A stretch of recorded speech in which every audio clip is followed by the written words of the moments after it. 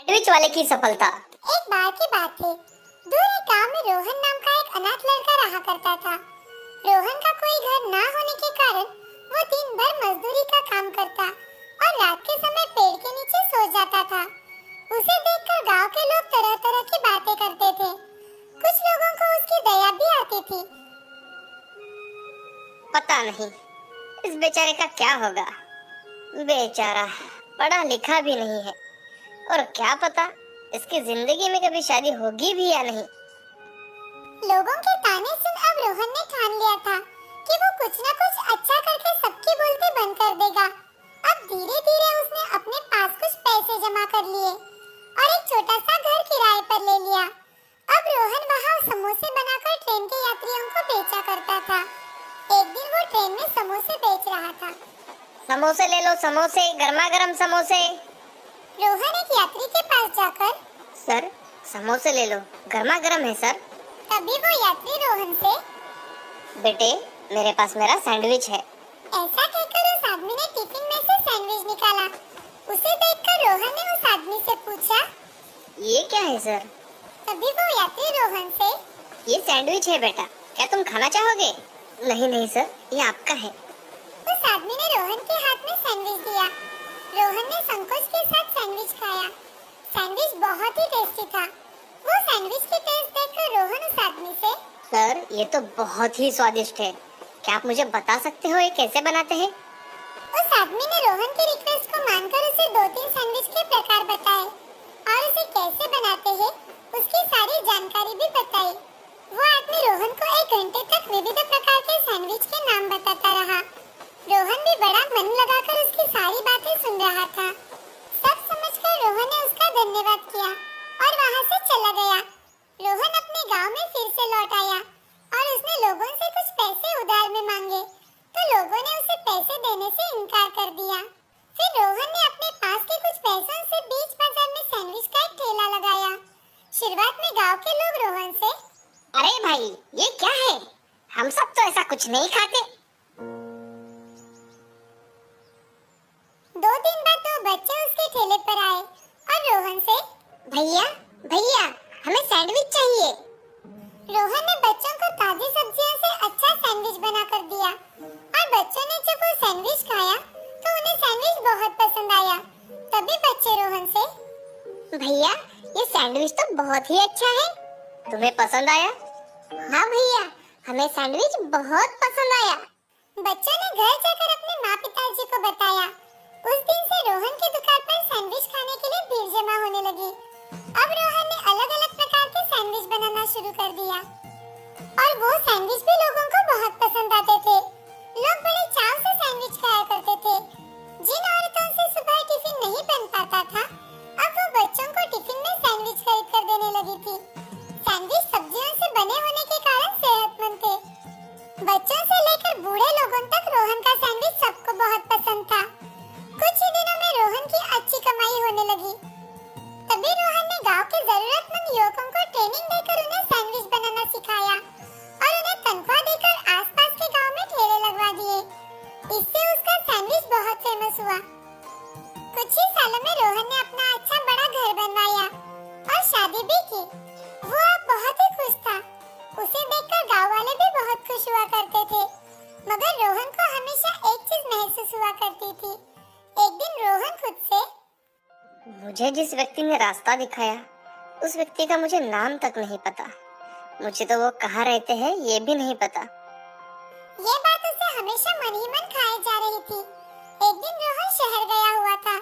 घर लौटते समय उसे रास्ते पर कार का एक्सीडेंट हुआ दिखाई दिया। एक आदमी सड़क पर जख्मी अवस्था में पड़ा दिखाई दिया। उसके पास जाकर रोहन, आपको ज्यादा लगा तो नहीं है ना? उस आदमी का चेहरा देख रोहन ने उसे तुरंत ही पहचान लिया। वो वही आदमी था जिसे रोहन ढूंढ रहा था। उसे उठाकर रोहन तुरंत ही अस्पताल में लेकर गया। अस्पताल में जाकर उसका सारा इलाज रोहन ने किया और उसे होश आते ही रोहन उस आदमी से, सर अब आपको कैसा लग रहा है? धन्यवाद बेटे, आज तुमने मेरी जान बचाई। नहीं सर, धन्यवाद तो मुझे आपसे कहना था, आपने मेरी पूरी जिंदगी बदल दी सर। सर आपका नाम क्या है? बेटे मेरा नाम नरेंद्र है, और मैंने कैसे तुम्हारी जिंदगी बदल दी बेटा? रोहन ने नरेंद्र जी को सारी आप बीती सुनाई। नरेंद्र जी भी रोहन की कामयाबी पर बहुत खुश हुए। रोहन बड़ा खुश था कि उसने नरेंद्र जी की मदद की थी। अब नरेंद्र जी भी कभी-कभी अपने पूरे परिवार के साथ रोहन के हाथ का सैंडविच खाने के लिए आ जाया करते थे। रोहन को हमेशा मन में जो कमी लगती थी वो अब पूरी हो गई थी। इस कहानी से हमें ये सीख मिलती है कि सहायता सिर्फ वस्तु या पैसों से ही नहीं होती। अगर अपना ज्ञान बांटकर किसी की सहायता की तो वो भी बड़े काम आ जाती है। श्री रामपुर नाम के गांव में मोना नाम की एक बहुत ही सुंदर लड़की थी। वो अपने माता-पिता के साथ रहा करती थी। उसके पिताजी रमेश एक बड़े कंपनी में काम किया करते थे और माँ सुशीला घर की भागदौड़ संभाला करती थी। मोना को आइसक्रीम खाना बहुत ही पसंद था, इसीलिए उसके माता-पिता हमेशा परेशान रहा करते थे। एक दिन मोना के लिए संजय नाम के लड़के का रिश्ता आता है। लड़का पढ़ा लिखा होने के साथ-साथ गुणी और सुशील भी था। संजय अपनी माँ शारदा के साथ मोना को देखने आता है। तभी रमेश जी, आइए आइए, बैठिए। नमस्ते। आइए ना बहन जी। नमस्ते सुशीला जी। आपको यहाँ आने में कोई तकलीफ तो नहीं हुई ना? जी नहीं, हमें आने में कोई तकलीफ नहीं हुई।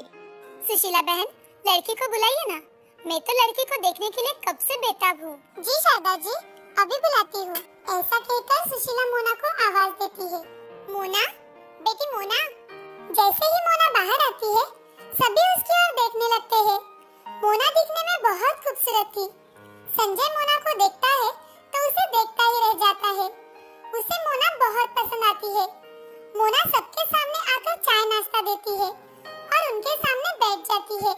उसे देख शारदा, बेटी यहाँ हमारे पास बैठो। मोना शारदा के पास बैठ जाती है। शारदा मोना से कुछ बातें करती है।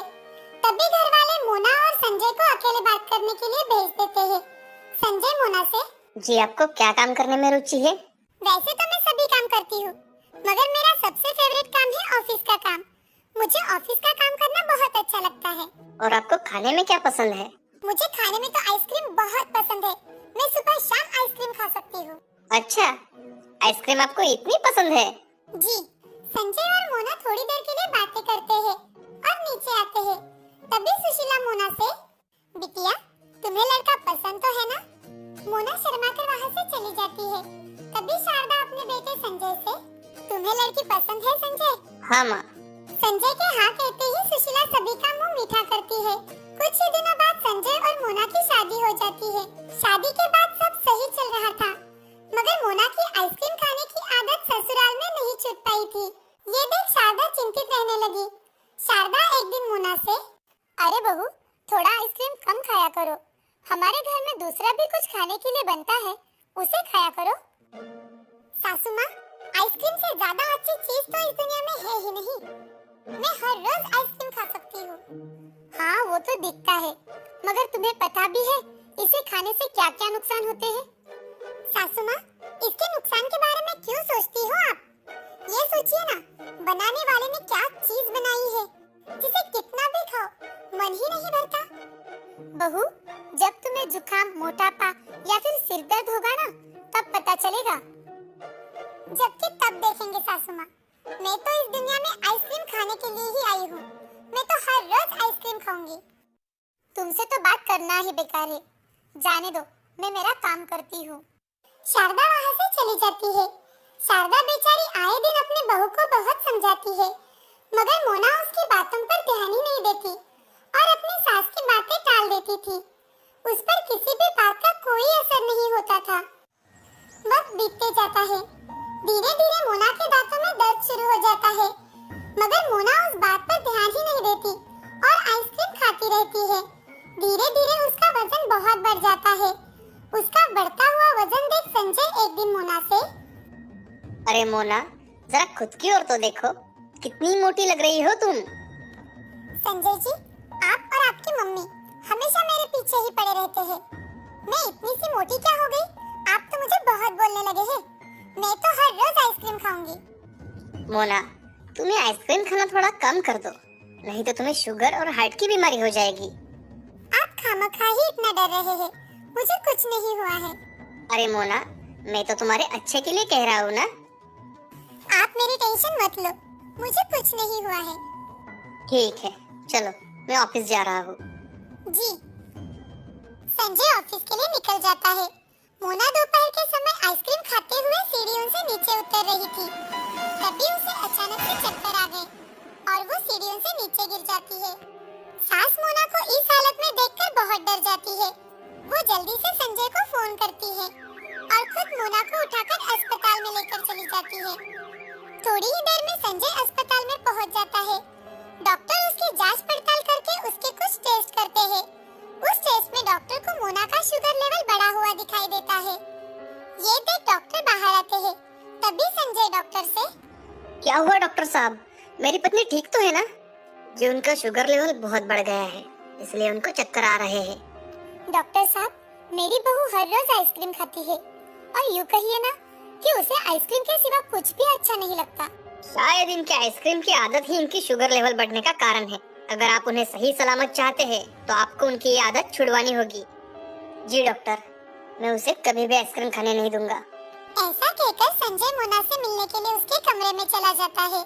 संजय कमरे में जाते ही मोना से, मोना, तुम्हें अभी भी आइसक्रीम खानी है तो बताओ मुझे, मैं अभी आइसक्रीम लेकर आता हूँ तुम्हारे लिए। कौन सी लाऊं बताओ जरा, वेनिला लाऊं, स्ट्रॉबेरी, बटर स्कॉच? हाँ, आप मुझसे ऐसे क्यों बात कर रहे हो? क्या कहा डॉक्टर ने?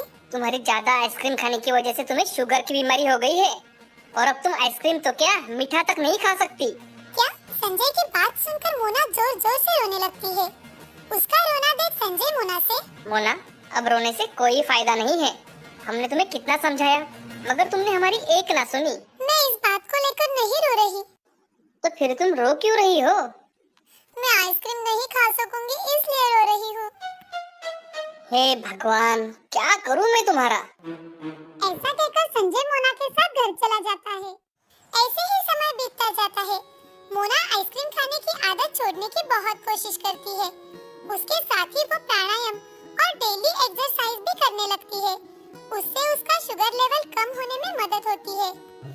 साथ ही साथ मोना का मोटापा कम हो रहा है, ये देख घर वाले बहुत खुश हो जाते हैं। ऐसे ही एक दिन उसे पता चलता है कि वो संजय के बच्चे की माँ बनने वाली है। वो संजय से, संजय जी, मुझे आपको एक बात बतानी है। हाँ कहो मोना, क्या बात है? संजय जी, आप पापा बनने वाले हो और मैं माँ बनने वाली हूँ। मोना, मैं आज बहुत खुश हूँ। मैं तो आज ऑफिस में मिठाई बांटूंगा। माँ, माँ। संजय ये खुशखबरी अपनी माँ को सुनाता है। उनके घर में जैसे खुशहाली छा जाती है। ऐसे ही 7 महीने बीत जाते हैं। एक दिन संजय मोना के साथ एक शादी में चला जाता है। वहाँ से लौटते समय उनकी कार का बहुत ही बड़ा एक्सीडेंट हो जाता है। उन दोनों को तुरंत ही अस्पताल में भर्ती करवाया जाता है, जहाँ संजय को जल्दी होश आ जाता है, मगर मोना को होश ही नहीं आता। उसकी शुगर की बीमारी की वजह से उसकी कंडीशन क्रिटिकल बन जाती है। तभी संजय डॉक्टर से, डॉक्टर, मोना की तबीयत कैसी है अभी? उनकी तबीयत तो थोड़ी क्रिटिकल ही है।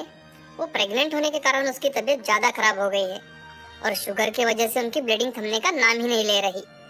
डॉक्टर साहब, आप कुछ कीजिए, मेरी बीवी और मेरे बच्चे को बचा लीजिए। संजय जी, हम हमारी पूरी कोशिश कर रहे हैं। लगता है हमें उनकी प्रीमैच्योर डिलीवरी करनी होगी। आपका साइन लगेगा हमें। जी डॉक्टर साहब, अभी करता हूँ। ऐसा कहकर डॉक्टर उनके सामने पेपर रख देते हैं और संजय जल्दी से उन पेपर्स पर साइन कर देता है और डॉक्टर मोना की प्रीमैच्योर डिलीवरी कर देते हैं। तभी मोना की सास शारदा अस्पताल में आ जाती है। पूरे 2 घंटे के बाद डॉक्टर ऑपरेशन थिएटर से बाहर आते हैं और संजय से, मुबारक हो संजय जी, आपको बेटी हुई है। माँ और बच्ची दोनों सही सलामत है। बच्ची अभी कम महीने की होने के कारण हमने उसे अंडर ऑब्जर्वेशन में रखा है। धन्यवाद डॉक्टर साहब, मैं आपका शुक्रिया कैसे अदा करूं समझ में नहीं आ रहा। अब आप भी थोड़ा आराम कर लीजिए। डॉक्टर वहाँ से चले जाते हैं। तभी संजय और शारदा मोना के पास चले जाते हैं। दोनों को देख मोना बहुत खुश हो जाती है। तभी शारदा मोना से, बहू तुम माँ बन गई हो और मैं दादी बन गई हूँ। मोना की आंखों में आंसू आ जाते हैं। ये देख शारदा मोना से, आज के बाद बिल्कुल नहीं रोना, समझी? माँ जी, मेरी वजह से मेरी बच्ची आज इस मुसीबत का सामना कर रही है। मैं आज के बाद आप सबकी बातें मानूंगी। मुझे माफ कर दीजिए। माँ जी, मैंने आपको बहुत भला बुरा कहा। अरे बहू, छोटी छोटी बातें तो वही भूल जानी अच्छी होती है। मैं तो कब की भूल गई और तुम भी जल्दी से घर आ जाओ, समझी? हाँ माँ जी। कुछ दिनों बाद मोना अपनी बच्ची को लेकर घर आ जाती है। सब घर के सदस्य मिलकर नन्ही परी का स्वागत करते हैं। उस दिन से मोना अपने परी के साथ खुशी खुशी रहने लगती है। साथ में ही मोना अपनी आइसक्रीम खाने की आदत को त्याग देती है और अपने पूरे परिवार का ख्याल रखती है। इस कहानी से हमें ये सीख मिलती है कि कुछ बातें बड़ों की मानकर अपने जीवन का भला हो सकता है। कौन सी भी चीज ज्यादा मात्रा में खाने से अपने शरीर को हानि हो सकती है। इसीलिए कोई भी चीज एक लिमिट तक ही खानी चाहिए।